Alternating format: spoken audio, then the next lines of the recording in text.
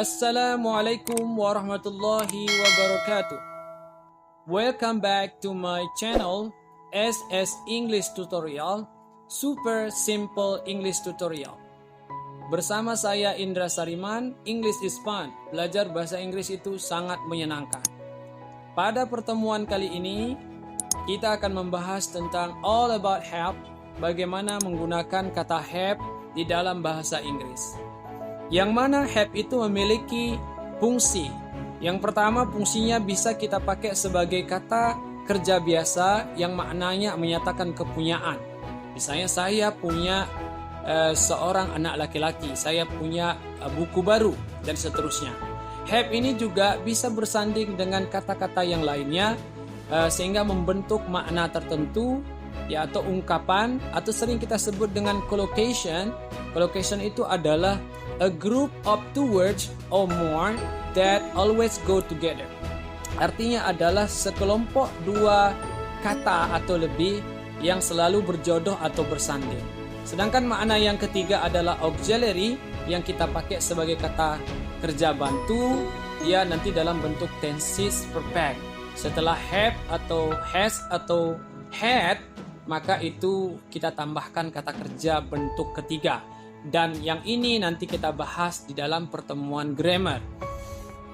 Next, kita masuk langsung ke dalam bagaimana membuat kalimat positif menyatakan possession atau kepunyaan ketika kita memakai have dan has. Jadi, yang perlu kita perhatikan pertama adalah apa subjeknya. Kalau seandainya subjeknya I, you, we, they, atau plural noun, yang dimaksud dengan plural noun ini adalah kata benda yang menunjukkan lebih dari satu jumlahnya. Maka yang kita pakai adalah have. Misalnya, I have a pen, I have some books, I have a new bag. Oke, seandainya yang menjadi subjek itu adalah third person singular atau orang ketiga tunggal, seperti she, he, it, atau nama orang yang jumlahnya satu, atau kata benda atau non-phrase yang masih jumlahnya satu, maka kepunyaannya kita pakai has. Misalnya, she has a bag, my mom has a new bag, he has some toys. Sedangkan untuk had ini adalah past tense dari have atau has ketika kita menyatakan bahwa yesterday I had a lot of free time. Oke, sekarang kita lanjut ke dalam negative sentence or interrogative sentence. Jadi di sini adalah sama seperti tadi, ketika kita membentuk kalimat negatif atau pertanyaan, harus kita perhatikan adalah siapa subjeknya. Kalau yang ini subjeknya, maka negatifnya kita pakai don't have. Misalnya, I don't have any homework. We don't have any homework. I don't have any brother.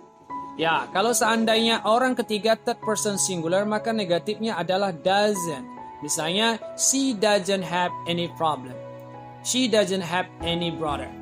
Ya, begitu juga di dalam kalimat interrogatif, maka yang harus kita perhatikan adalah subjeknya juga. Do you, kalau subjeknya adalah yang empat ini, oke, yang empat ini, maka dia kita pakai adalah do you have. Do you have a pen? Do you have any brother? Kalau seandainya orang ketiga, does she, does he, does your mother, does your sister, maka yang kita pakai adalah does she have a pen, dan seterusnya. Oke, ketika kita sudah berbicara tentang pertanyaan, tentunya we need to understand how to answer do and does question. Jadi sebenarnya untuk menjawab pertanyaan ini kita cukup memperhatikan apa subjek di dalam pertanyaan itu. Di sini kita lihat do you, kalau do you dia di sini, maka yang kita pakai adalah I. Do you have any children? Yes, I do. No, I don't. Do we have any homework? No, we don't. Yes, we do. Do they, kalau di sini they atau plural noun, maka di sini they juga. Do you have, seperti yang di atas tadi. Kalau di sini adalah she atau he, maka dia tetap she, he. Kalau seandainya nama orang atau non phrase seperti ini, maka harus kita perhatikan adalah Kalau dia perempuan, kita jawab singkatnya dengan she. Kalau dia laki-laki, kita jawab singkatnya dengan he. Kalau dia bukan laki-laki, perempuan, jumlahnya 1, maka kita jawab dengan kata it. Sebenarnya dalam sehari-hari kita tidak mesti menjawabnya dengan singkat. Boleh juga misalnya, do you have any children? Kita boleh jawab, I have 2 children. Artinya yes. Misalnya, do you have any homework? A lot of homework. Jadi kalau misalnya ada yang menjawab seperti itu, berarti ya, we have a lot of homework. Jadi dalam bercakap atau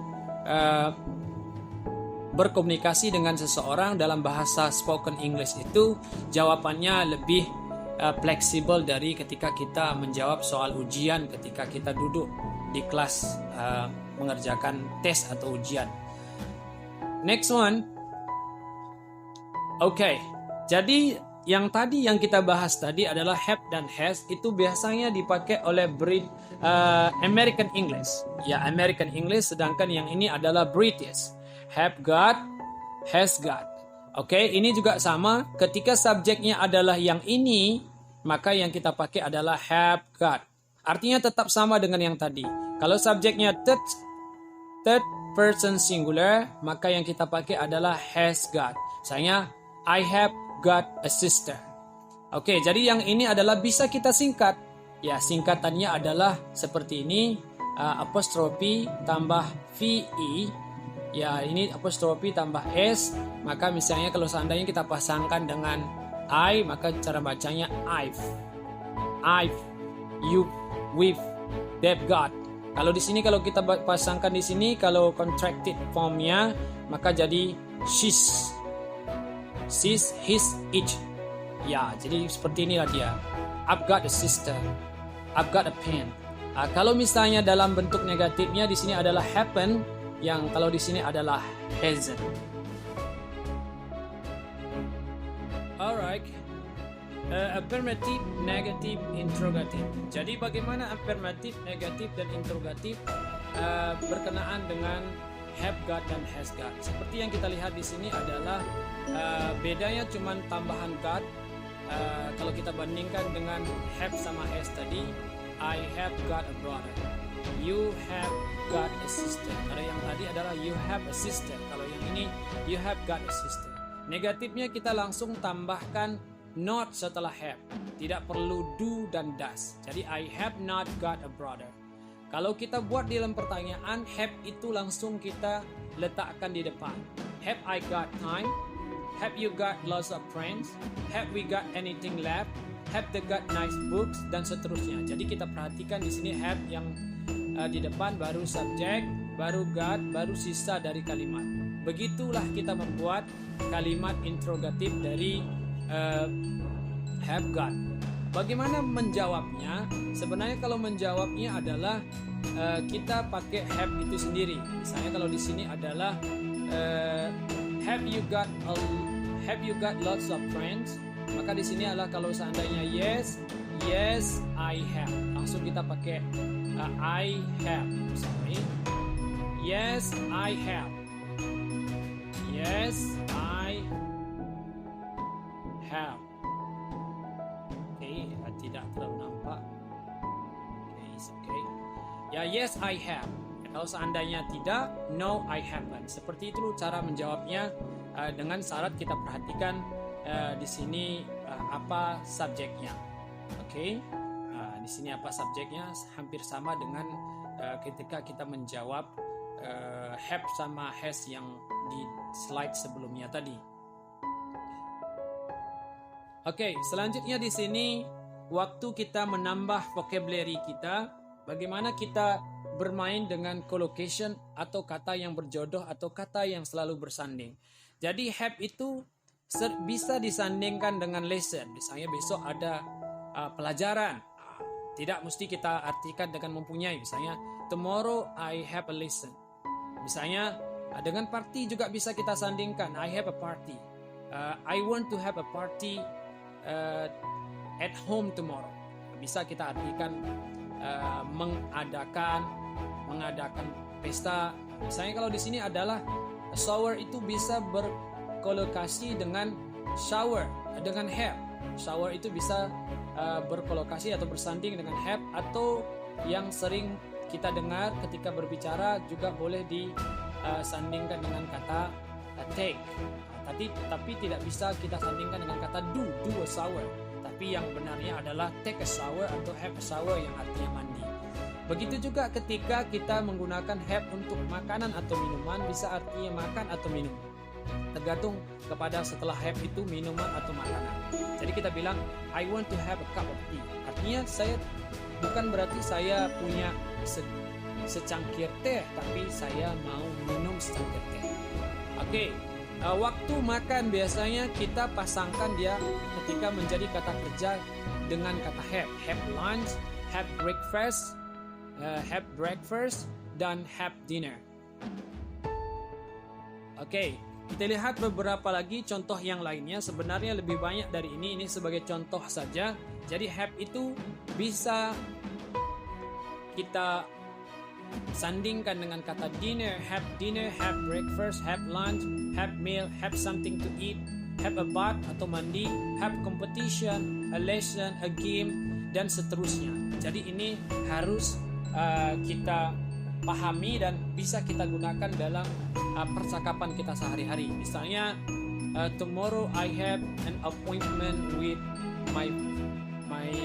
my teacher, atau I have an appointment with a dentist. Ada janji bersama dengan dokter gigi. Oke, ini ada ekspresi yang lain yang masih berhubungan dengan have. Is that your camera? Can I have a look? Nah, di sini ketika have berdampingan atau bersanding dengan a look, maka artinya look at. Artinya look at. Can I look at it? Bisa saya lihat. Begitu juga di sini adalah can I have a go? Ini bisa artinya ride. Is that your bicycle? Can I have a go? I don't have time. Ketika have itu berkolokasi dengan time, artinya I don't have time for picnicking. Ya, berkenaan dengan waktu, saya tidak punya waktu. Bisa juga have ini ketika kita hendak mendoakan atau berharap. Misalnya kita bilang goodbye, have a good journey. Have a happy birthday, have a nice dream, have a safe trip, dan seterusnya. Dan bisa juga ketika kita mengartikan dia dengan enjoy, ketika kita pasangkan dengan good time. We always have a good time at home on the weekend. Dan ketika have ini berkolokasi dengan momen, artinya have sometimes. Saya ketika kita hendak berbicara sama seorang, kita bilang, do you have a moment? Can I have a word with you? Can I have a word? Have a word ini maknanya adalah speak. Dan masih banyak lagi ekspresi-ekspresi yang lain yang berkolokasi dengan kata have. Oke, untuk makna selanjutnya, ya bahwa have ini bisa kita pakai ketika kita menerangkan apa yang kita alami berkenaan dengan penyakit atau illnesses atau sicknesses.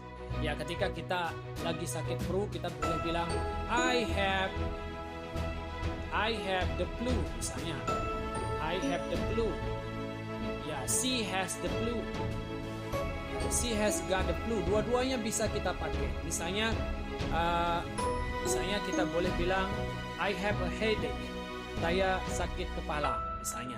Jadi untuk berbicara tentang penyakit yang sedang kita alami, bisa kita pakai dua-duanya, have atau yang pakai got, have got atau has got. Oke, begitu juga ketika kita berbicara tentang obligation, ya keharusan. Misalnya sebelum ujian saya harus ini, sebelum pergi saya harus ini. Keharusan-keharusan itu bisa kita pakai have atau have got. Seperti yang ini, I have to study for my test. I have to study for the exam. I've got to study for the exam. Atau got to ini boleh disingkat dalam bahasa spoken English. Sering kita dengar native speaker berbicara I gotta go now. Atau I have to go now. Ya, I gotta move on. I gotta leave now. Misalnya I have to leave now. I have to work tomorrow. I have to work tomorrow. I have to study harder for my test misalnya. Jadi ini adalah makna-makna have atau has got yang bisa kita praktekkan dalam percakapan kita sehari-hari dan dalam menulis di dalam bahasa Inggris. Thank you for watching. Don't forget to subscribe.